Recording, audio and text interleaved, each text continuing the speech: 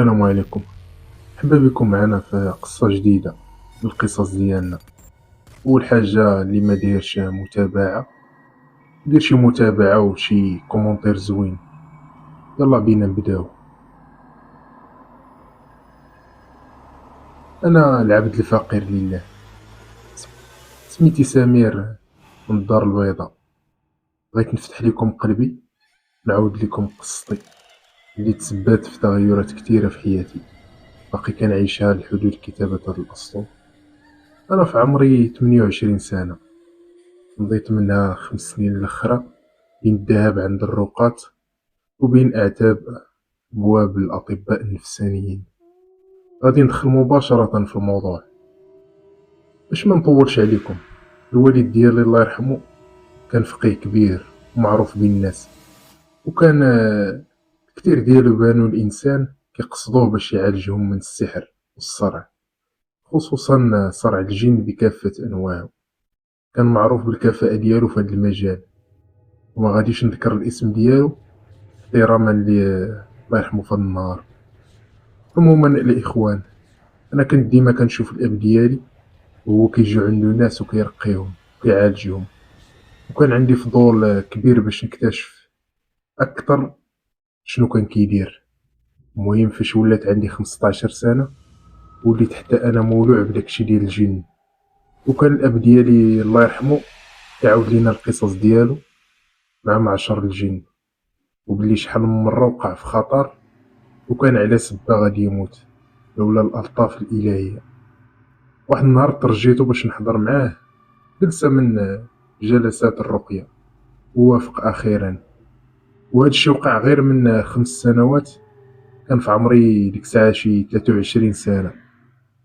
كانت واحد السيدة في متوسط العمر تقريبا 30 سنة، وكانت كتعاني من مس، هادشي اللي كان كيحسب لينا، ولكن في الحقيقة كانت كتعاني من كتر من هادشي. في أول ساعة بدا الوالد كيقرا عليها، ولات كتوقع أمور غريبة في البيت، لدرجة أن الأثاث كيتهز وكيتخبط مع السقف ديال البيت ويرجع. ولا كنسمعو أصوات غليظة وثقيلة كتهدد الوالد وكتهدد حتى البنت. بقى الوالد كيقرا تقريبا 4 ساعات هاد الفترة، قدر يخرج منها 2 ديال الجنون، والبنت كانت ساكنها 13 جن. وداكشي وقع ليها بسبب السحر الأسود مع الأسف. الصدمة أن اللي داير ليها هاد السحر هو عمتها، وكان سحر خايب بزاف وصعيب يتبطل، حيت مدفون مع الميت. لا حول ولا قوة إلا بالله. المهم الإخوان، قال الوالد وخرج منها 2 من الجنون كما قلت. وفي الغد ليه بدينا جلسة أخرى. أنا كنت غير كنراقب من بعيد، مكندخل في والو، وكل مرة كنسمع شي غوات كنحس بروحي غادي تخرج من بلاصتها. داك النهار الوالد بقى كيرقي في ديك السيدة من الصباح حتى الليل، حيت حالتها كانت صعيبة بزاف. واخيرا قدر يخرج منها كاع دوك الجنون اللي ساكنينها ويبطل السحر، وهادشي اللي اعتقدنا. المهم ديك السيدة مسكينة فقط عادي بحال ما كان والو، ولكن ما عاقله على والو، مسكينة وكان ضعيفة بزاف. داوها الاهل ديالها، ولكن الوالد تبدل من ديك الليلة، ولا خايف بزاف وما بقاش كيما كان. بعد سيمانة من داكشي عيط ليا لبيتو وقال لي ريح بغيت نهضر معاك. كان مبدل بزاف وباين عليه مقلق من شي حاجة. قال لي مسكين بالحرف: شوف ولدي سمير، انت الكبير في ولادي، والوصية اللي غنوصيك هي تهلا في خوتك وفي الام ديالك. قلت لي ياك لاباس الوالد؟ قال لي الدنيا والزمان هادي ولدي، وما عالم باللي جاي من غير الله. المهم ديها في خوتك وفي الام ديالك، وحاول تحصن راسك. بغيت نهضر معاه صافي سكت. قال لي خرج دابا، عندي ما يدار. للاسف كانت هذيك اخر مره تكلم مع الوالد، واخر مره تشوفو فيها، حيت من داك النهار منعنا من دخول البيت ديالو. وكانت الوالده بوحدها اللي كتدخل، وغير الا بغات تدي ليه الماكله، كان بحال شي واحد معتاكف. للاسف غادي يتضح باللي ديك السيده اللي رقاها الوالد هي السبب في داكشي. اللي وقع، حيت من بعد 15 يوم من جلوسي مع الاب ديالي الله يرحمه، لقاو ديك السيده اللي لقاها شانقه راسها وميته في دارها، ومخليه ورقه فيها جمله وحده: لا حياه مع هؤلاء. هادشي اللي خلات، والله اعلم شنو قصدات من داكشي اللي كتبات. الوالد ديالي ملي ساق الخبار زاد حالته تأزمات وما بقاش كينعس. وغير شي ايام قليله من مورا وفاة ديك السيده، خلات الوالده عند الوالد تعطيه ما ياكل، لقاتو ميت والجسد ديالو كله خضر بمعنى الكلمه. جا الطبيب دار الفحص، قال بلي الوفاه كانت بسبب اختناق حاد. الصراحه الاخوان، داك النهار حسيت بحياتي كلها ضاعت، رمشت عين.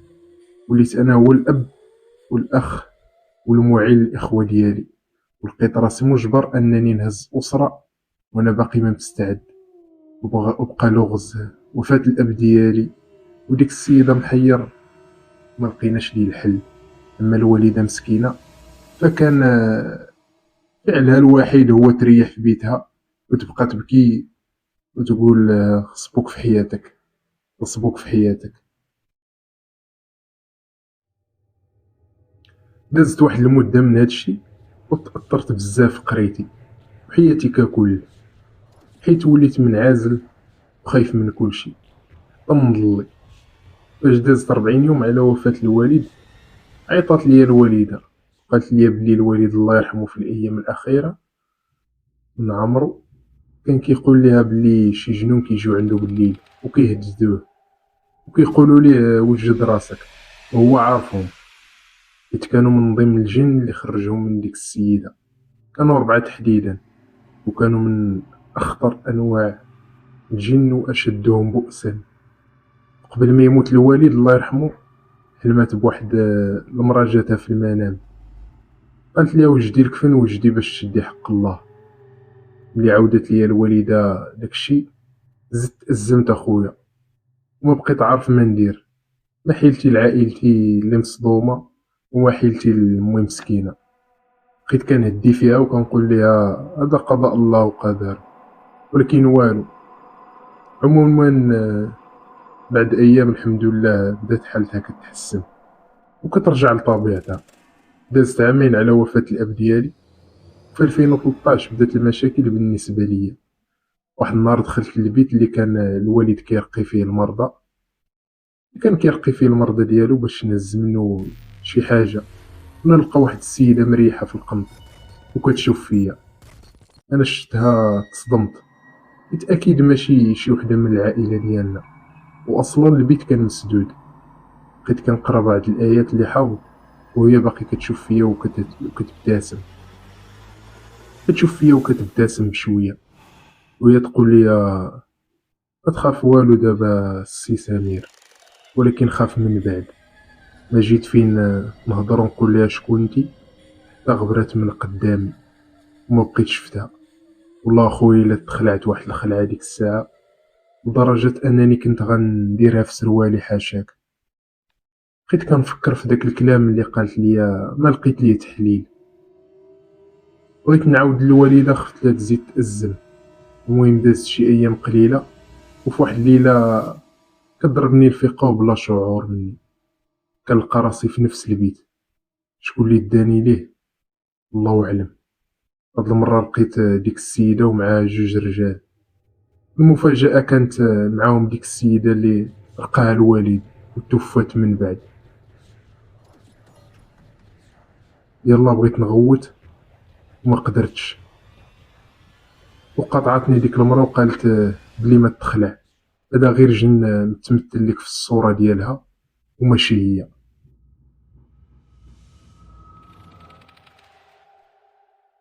ويمكن نقولوا بلي سبب في موتها هو الاب ديالك، حيت كنشوف داك المنظر وما عرفت باش تبليت. خاصة ان دوك 2 رجال اللي جالسين معاها كانوا في شكل، كل مرة وكيفاش كيبانوا. مرة على هيئة كلب، مرة مش، مرة حنش، كل مرة وكيفاش. قلت ليها وانا كنترعد بالخلعة شكون انتي، واش كديري هنايا؟ انا بالله بالشرع معاك. قالت لي انا ضحيه من ضحايا الاب ديالك. قلت لها ياك قتلته وصبتو في حياته. قالت لي بلي انا ما قتلت حد، بوك هو اللي قتل راسو. وبدا ضحك بواحد الصوت غريب، وبلا ما نشعر كنلقى الحال صبح وانا ناعس في بيتي. نط بالزربه، توضيت وصليت، مشيت كنجري عند واحد السيد كان صديق الوالد الله يرحمه، وكان فقيه وراقي كذلك. عاودت ليه داكشي اللي شفت في الليله اللي دازت. وشنو قال لي هذاك وحسيت به بحال تصدم. قال لي واش انت متاكد ان هادشي ولي؟ قلت ليه ما تيقتيني اجي تشوف. صافي قال لي في العشيه غادي ندوز عندكم ان شاء الله. وداكشي اللي وقع. دخل لبيتو وبدا يقرا ويعزم شي ساعه. هو عيط لي قال لي ريح. ريحت حداه وبدا يرقيني. صافي انا غيبت ما عقلت على راسي حتى فيقني. قال لي نوض ولي راه ما كاين والو هنايا، وحتى انت ما بك والو. قلت لي وداكشي اللي شفت في ديك الليله؟ إيه راني ساعتين قال لي راني ساعتين وانا هنا وحاولت ما بان لي والو. صافي مشى وخلاني حاير، ما عرفت واش ندير. بديت كنحس بلي يمكن غنحماق. نط بغيت نخرج من البيت وهو يتسد بوحدو. وفي لمح البصر بانت لي هاديك السيدة عاوتاني، وهاد المرة كانوا معاها بزاف ديال الجن، لدرجة أني كنحس براسي وسط الزحام ومنقدرش نخرج منو. أخوتي المهم بدات كضحك بصوت عالي وقالت لي يا ولد فلان راك غالط، حنا ماشي من داك النوع اللي يجبدنا الفقيه ببساطة. قلت ليها شكون نتوما؟ جاوبتني حنا جحيمكم على الأرض. قالتها وكضحك، وبعدها بدات كتقول لي بلي الوالد ديالي قتل لها راجلها فاش كان كيرقي ديك السيدة، وقتل واحد آخر كان ساكنها، وداكشي علاش مات ديك السيدة، وداكشي علاش مات الوالد حتى هو. ديك اللحظة حسيت بشوية ديال الشجاعة ممزوجة بالخوف، وقلت ليها ولكن نتوما كنتو كتعداو على ديك السيدة. وهي تغوت بجد وقالت ماشي حنا اللي تعدينا عليها، عمتها اللي تعدات عليها وشدت 13 روح وكتفتها في الجسد ديالها. قلت ليها كيفاش كتفاتها؟ قالت بلي داك السحر اللي درت ومن الشدة ديالو تسبب الابطال ديالو في قتل راجلي وواحد السيد اخر، وهذا الشيء اللي قتل ديك السيده وقتل باك حتى هو. قلت ليها وانا مالي، ياك ما بيني وبينكم والو. قالت لي كاين بيننا وبينك بزاف، باك تسبب في الاصابه ديال واحد منا، وما حدو هكا غتبقى تشوفنا وعطابر راسك على نقشه، وإلا ما براش داك السيد غادي الحق اللي ولدك. والعين بالعين. في ديك اللحظة غبرات عاوتاني، ومن ديك الليلة تقلبات حياة أخويا. وليت كنشوفه في كل مكان، في العمل، في الدراسة، في بيتي، في كل بلاصة. وقت ما بغيت ندير شي حاجة كنشوفها بين عينيا.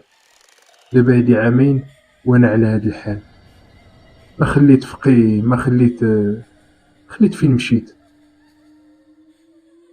حتى من الأطباء النفسانيين مشيت عند شي 4 وما داروا ليا والو. لغاية الآن كنحاول نخبي هادشي على الوالدة باش ما تأثرش.